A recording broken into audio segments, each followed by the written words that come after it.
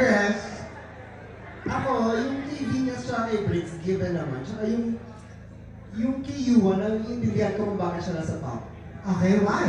Kasi parang sobrang kompleto nung ano niya. In 1 minute, napakita niya lahat ng gusto niya.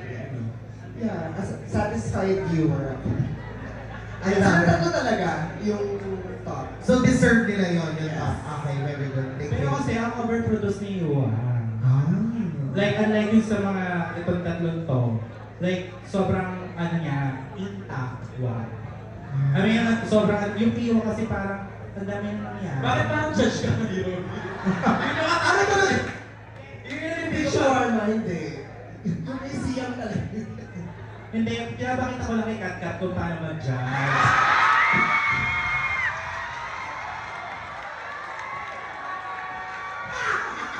Ang isa-isa sa grupo namin, nakaaway ni Kat ha?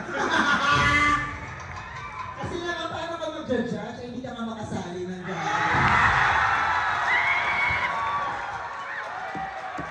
Ano ba yun? Hoy, wait lang. Sumali ka rin naman sa kompetisyon namin, hindi ka rin natanggap.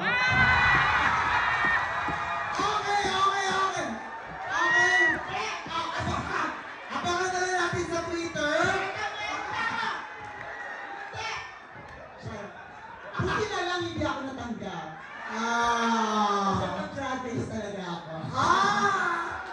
Okay, tapos na ang Shady Branch, October 19, may Shady Branch ulit. Doon natin ituloy ito. Peace! Okay.